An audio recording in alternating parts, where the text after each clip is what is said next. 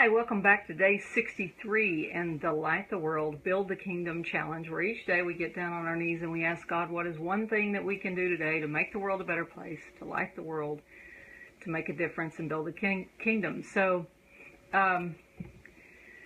sometimes do you ever feel like you have more tunnel than you have time? You might be able to see the light at the end of the tunnel, but it's so far out there and you need an answer now. You're right on top of the end moment when everything needs to come together and it's just not coming together. I had one of those days a couple days ago and I was just really bummed out. I was in a bad mood. Things didn't seem to be coming together for me, and I have some things that need to resolve themselves pretty quickly. I'm on a time frame here with it, and it just wasn't coming together at all. And so I was having trouble mustering the faith. And I know for a fact, faith is the substance of things hoped for, the evidence of things not seen. It's the substance of your miracle. And if you don't have the faith, then you're going to doubt and fear, which was what I was doing, and I wasn't really sure how in the world I was supposed to stop doing that. Sometimes you can pull yourself up by your bootstraps and try to think positive, but sometimes you just can't, you just can't go there.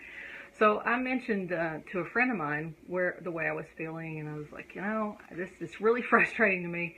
And this particular friend, bless her soul, she says, well, I'm going to get all of our friends in this particular mastermind to fast and pray with you. We're going to fast from 4 o'clock Wednesday to 4 o'clock Thursday for you, and that you can get the breakthrough, that you can reach this goal that you need to meet in order to do what I need to do in this little bit of time. So I was just relieved. It was like, that takes a load off me, because then I don't feel like I have to muster all the faith on my own. There's a story in the Old Testament where Moses, whenever he raises his arms up, as long as his arms are in the air, Israel defeats their enemy. But if he gets tired and his arms start to fall, then Israel starts to lose. And so Aaron, I think it's Aaron and Joshua, they each get an arm and they hold up his arms, and they're able to take the enemy because they're holding up his arms. And sometimes you need somebody to hold your arms up. So if you're at the point where you just feel like you can't muster enough faith to hang on until that light at the end of the tunnel, or you're running out of time, ask for other people to help hold your arms up. So I want to read you something, and then I'll tell you what happened when these friends fasted for me. So let's go with, it's Isaiah 58, and it's talking about fasting. And a lot of people may not realize what fasting is. You do without food and water, or food and or water, for 24 hours. Me personally, I have some kidney issues, so I got to drink water, but I do without the food. So I fasted along with my friends on this. And here's what Isaiah tells about fasting. There's really some cool promises associated with this. This is Isaiah 58:6. It says, "Is not this the fast that I have chosen, to loose the bands of wickedness, to undo the heavy burdens, to let the oppressed go free, and that you break every yoke?" And I was feeling oppressed. I was feeling burdened, and I felt like I had a yoke. Okay, so this totally fit me. "Is it not to deal thy bread to the hungry, that thou bring the poor that are cast out to thy house, when thou seest the naked, that thou cover him, that thou hide not thyself from thine own flesh?" So we reach out to others and help others when we fast as well. That's what we're supposed to do in conjunction with fasting, is have that servant mindset, that is light the world mindset going along with it. "Then shalt thy light break forth as the morning, and thine health shall spring forth speedily, and thy righteousness shall go before thee. The glory of the Lord shall be thy rearward." Rearward is like a rear guard. He's got your back kind of thing. It's interesting that they've studied people who fast regularly, and they're actually healthier and they have less diabetes and problems like that if they fast regularly. So it's interesting that your health shall spring forth speedily on that. "Then shalt thou call, and the Lord shall answer. Thou shalt cry, and he shall say, Here I am. If thou take away from the midst of thee the yoke, and putting forth of the finger, and speaking vanity."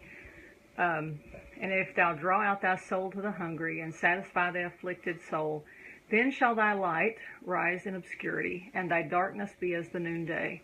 And the Lord shall guide thee continually, and satisfy thy soul in drought, and make fat thy bones, and thou shalt be like a watered garden, and like a spring of water, whose waters fail not. And they that shall be of thee shall build the old waste places. Thou shalt raise up the foundations of many generations, and thou shalt be called the repairer of the breach, the restorer of paths to dwell in. So there's this restoration quality to fasting. You're going to be able to restore the things that have been broken down and torn down in the past.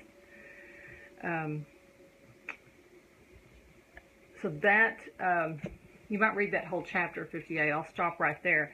So anyway, I had like a major thing happen today that was kind of miraculous to me, that came out of the blue, that moved me forward toward my goal. I mean, it's not reaching the whole goal that I need to have by the end of my my time frame here, but it's big. Okay, so it was a neat breakthrough to have, and I was able to share that with the people who are fasting with me, and it gave me hope. It's like it bolstered my faith. Their faith to do that created a little miracle there, which is giving me faith to be able to keep going and trust that, okay, this is going to be all right. All the pieces are going to fall into place, and keep having faith to hang on to create, so God can create the miracle. So I just want to share that with y'all today. If you haven't tried fasting, try fasting. If you haven't asked other people to pray with you or to fast with you, I mean, I asked people on Facebook to pray with me that I was dealing with something, and they did.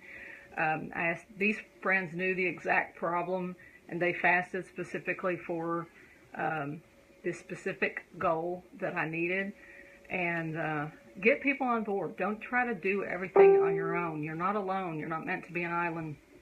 And then thank God for the good people in your life who are willing to do that with you. So y'all take care. Keep going with our 90-day challenge. This is day 63, and we've got under 30 left. Can't believe we're here. Y'all take care. Bye-bye.